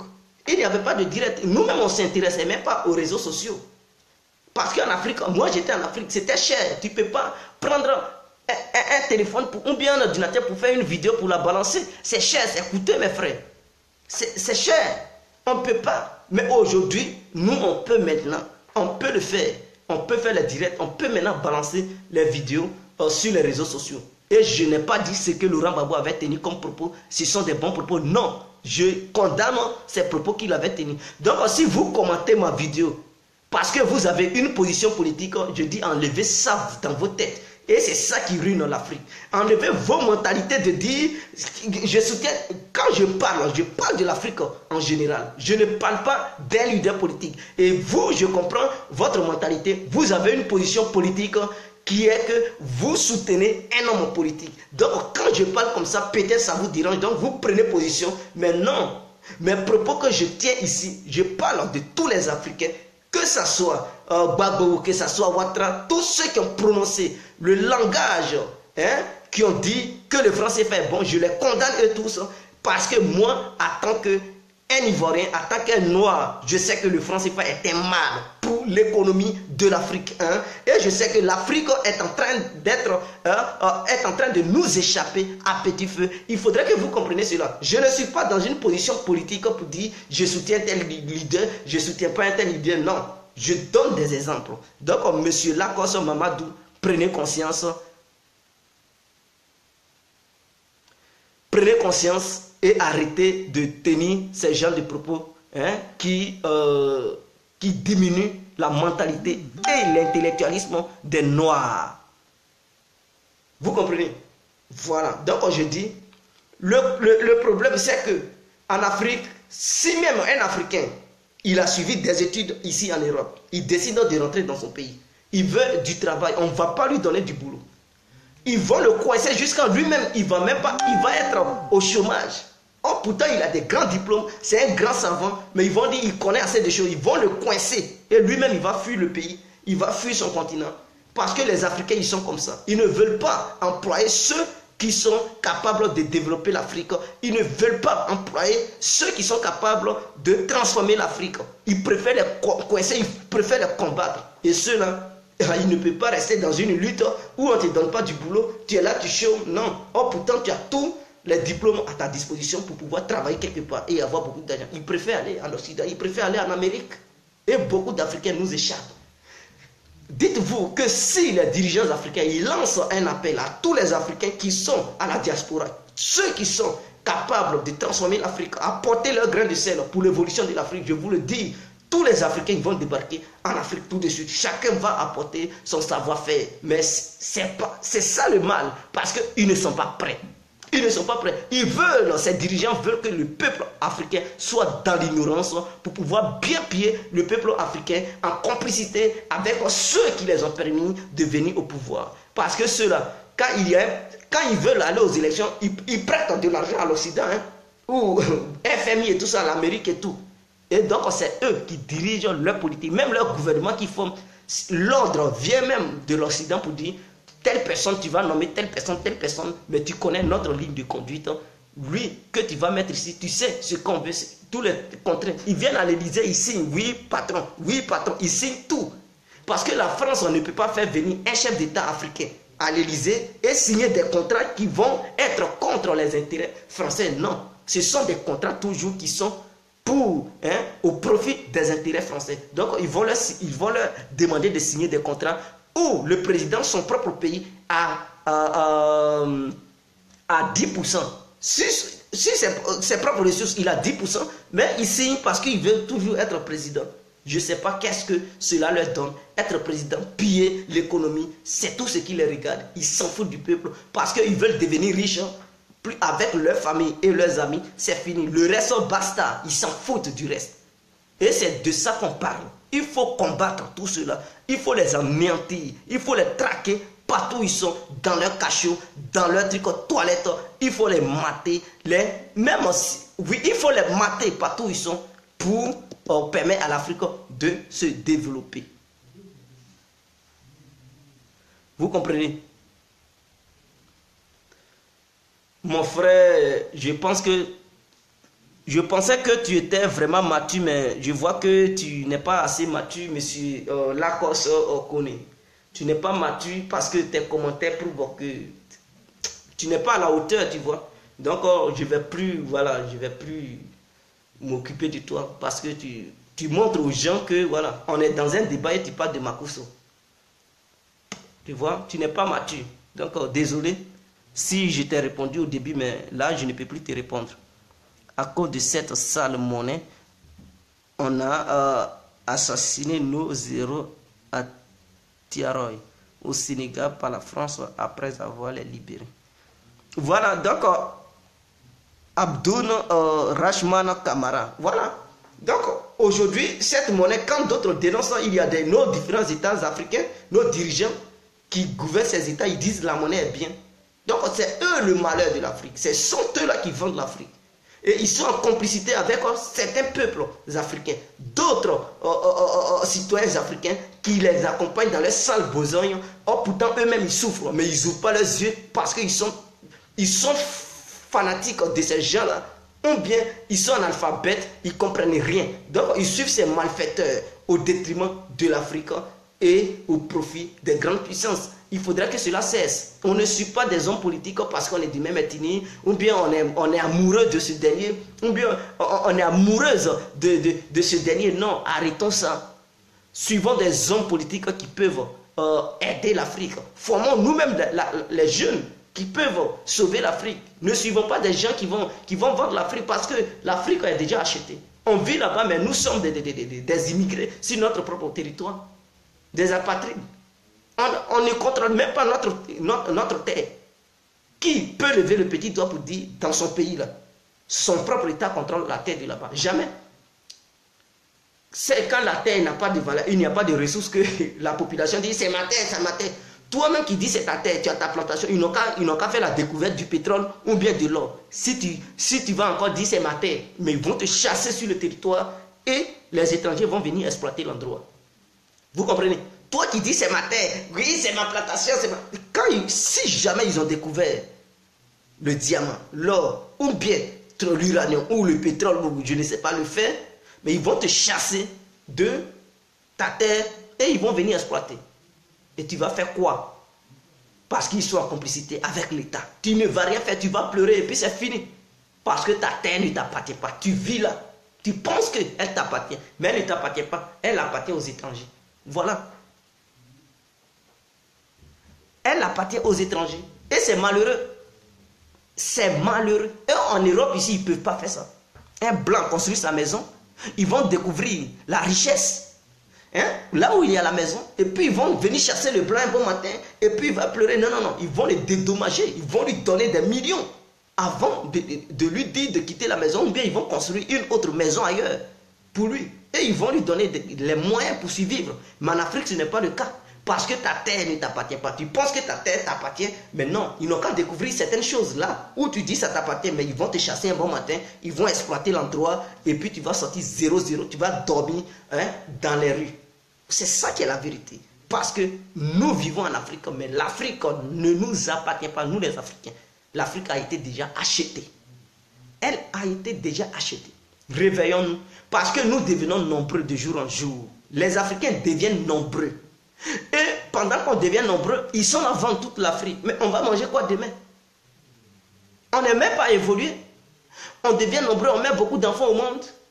Et on ne peut même pas s'occuper, on ne peut même pas ouvrir les yeux pour dire non, trop c'est trop. Ils ont beaucoup vendu l'Afrique, donc on ne veut plus que les gens vendent l'Afrique. Maintenant, on regarde nos dirigeants font la complicité avec certains citoyens africains qui pillent l'Afrique, qui volent l'Afrique, qui vendent l'Afrique. Et nous sommes là, on pense que c'est normal. On pense que c'est normal. Et d'autres pensent que oui, les Africains ne sont pas mûrs pour faire quoi que ce soit. Mais les Africains qui se révoltent aujourd'hui pour dire le franc CFA n'est pas bon. Mais au sein de ces gens-là, il y a des gens, des spécialistes, des banquiers. Je vous dis, les banquiers, même ils ont travaillé à la BCAO. Il y a d'autres qui ont travaillé dans des grandes banques internationales. Ils ont été même des professeurs à l'université. Ils ont enseigné l'économie aux Blancs. Qui eux-mêmes, ils sont aussi dans le combat. Ils savent comment on fabrique une monnaie. Ils savent comment il faut faire pour fabriquer une monnaie. Mais ceux-là, ils disent la monnaie n'est pas bien. Ils expliquent ça aux Africains. Et ils disent ils veulent battre les moyens. Mais ils n'ont pas les moyens. Et nos dirigeants, nos chefs d'État africains, ils disent la monnaie est bien. Qu'il est impossible de laisser cette monnaie. Et ils viennent, ils tiennent des discours pour dire le franc CFA est bon. Et vous trouvez que non, l'Afrique n'a pas de compétents pour battre la monnaie? Non. C'est parce que nos dirigeants, ils sont le mal de l'Afrique. Ils vendent l'Afrique, la monnaie. Ils nous ont mis la poudre aux yeux. Ils ont signé des accords dans lesquels nous, Africains, on ne pourra jamais s'en sortir. Le franc CFA, c'est eux qui ont signé l'accord du franc CFA pour dire le franc CFA est bien pour l'Afrique. Ils ont accepté que le franc CFA soit fabriqué en Europe. Ils ont accepté qu'il y ait des représentants dans les différentes banques africaines, dites africaines. Et ces représentants ont le droit de veto au sein de ces banques. Ils ont décidé que l'argent quitte sur le territoire européen pour alimenter les différentes banques africaines. Ils ont décidé que, oui, la politique africaine soit dirigée depuis l'Europe. Voilà, c'est eux qui fixent les directives. Voilà, comment tu dois faire ta politique, qui tu dois nommer comme premier ministre, comme ministre, c'est eux qui font la liste et puis ils nomment les gens. Et on pense que c'est nos propres politiciens qui nomment les gens. Toi, tu es ministre d'État. Non, la liste vient de l'Europe. C'est eux qui dressent leur liste. C'est eux qui leur demandent, oui, voilà ce qu'on veut. On te soutient, oui, papa, soutiens-moi. Et puis, ils sont des grands bandits, les bandits de grand chemin. Donc, on doit dénoncer cela. Il y a des grands Africains, des cerveaux africains qui sont ici. Mais s'ils partent en Afrique, ils vont vers leurs dirigeants pour dire, donnez-nous les moyens, on va faire telle technologie, Ils vont dire, non, non, il n'y a pas de moyens. Il n'y a pas de moyens. Parce qu'eux-mêmes, ils ne veulent pas le bien-être de l'Afrique. Ils vont dire, il n'y a pas de moyens. Oh, pourtant, ils ont des milliards. Nos écoles ne sont même pas équipées. Nos écoles ne sont pas équipées. Vous passez dans chaque université africaine, mais vous voyez qu'il n'y a même pas des appareils pour faire des recherches scientifiques. Mais si tu ne veux pas que ton enfant il reste en alphabet, on dit il est étudiant, il a eu tel diplôme en telle matière, on lui met devant cette matière pour dire il faut faire la pratique. Il ne peut même pas parce que dans son pays il n'a pas eu la chance de faire la pratique. Il n'a même pas eu la chance de faire la pratique parce qu'il n'y avait pas des appareils. Donc c'est l'élève encore qui va payer les appareils. Mais si les appareils ne sont pas achetés, et que les élèves, ils sont des élèves, ils sont des mauvais élèves, la charge est acquise. Mais c'est nos dirigeants. C'est nos dirigeants qui sont mauvais, qui sont contre nous. Ils ne veulent pas qu'on s'éduque. Ils ne veulent pas voir l'Afrique évoluer. Ils ne veulent pas créer des entreprises, donner la chance. Parce que même tu peux ne pas aller à l'école, avoir des bonnes idées brillantes qui peuvent même sauver l'Afrique. Tu as ça sur la table, tu fais même une liste de tes idées, tu présentes ça à l'État, de n'importe quel État africain. Ils vont dire non, non, non, non. Ils voient que tes idées sont bien. Ils vont dire non, ils vont étouffer l'idée. Parce qu'ils se disent, si lui là, on lui donne les moyens pour financer, non, non, non. Demain, il va devenir nos ennemis. Voilà, il va nous combattre ici parce que, voilà, il va tellement sauver le peuple que le peuple va lui faire confiance par rapport à nous. Donc, étouffons-le. Et puis, ils vont t'étouffer. Ils t'étouffent. Et puis c'est eux-mêmes, parmi eux, d'autres vont prendre tes idées pour mettre ça en place. Ils vont dire, oh, lui, voilà, il est bon, il est bon. Voilà. Ou bien même, ils vont étouffer les idées, ils ne vont même pas mettre ça en place. Parce qu'ils ne veulent pas voir le peuple vivre à l'aise. Et c'est ça le malheur de l'Afrique. C'est ça le malheur. C'est ça le malheur. Donc en Afrique, ne nous dites pas qu'il n'y a pas de savants. Il y a bel et bien des grands savants, des grands... Venez ici, dans les grandes entreprises européennes, vous verrez des Africains qui travaillent là-dedans. Et vous allez dire, ah, toi tu travailles. Oui, ils travaillent là-dedans. Ils travaillent là-dedans parce que leur pays ne veut pas leur donner les moyens pour travailler sur le continent. Sinon, ce n'est pas savant qui manque aux Africains. Il y a des vrais savants, mais nos dirigeants ont tout pressé, ils ont bouclé tout avec la complicité de l'Occident. Parce que l'Occident et l'Amérique ne veulent pas voir l'Afrique évoluer. Donc, ils ont tout serré. Ils serrent tout. Parce que nos dirigeants signent des accords avec eux pour dire tant ne doit pas évoluer. C'est nous qui devons faire ça. Ce n'est pas les Africains qui doivent faire. Si tel projet est là, l'Africain, il peut avoir les idées. Quand il part là-bas, le président refuse. Mais quand un Européen ou un Américain, il va là-bas, il a les mêmes idées, il le finance. Il dit, tiens, sois là. Et puis, il le finance.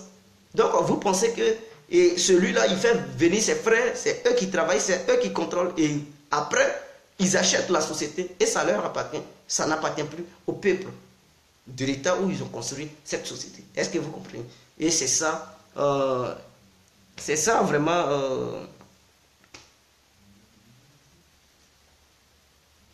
le problème.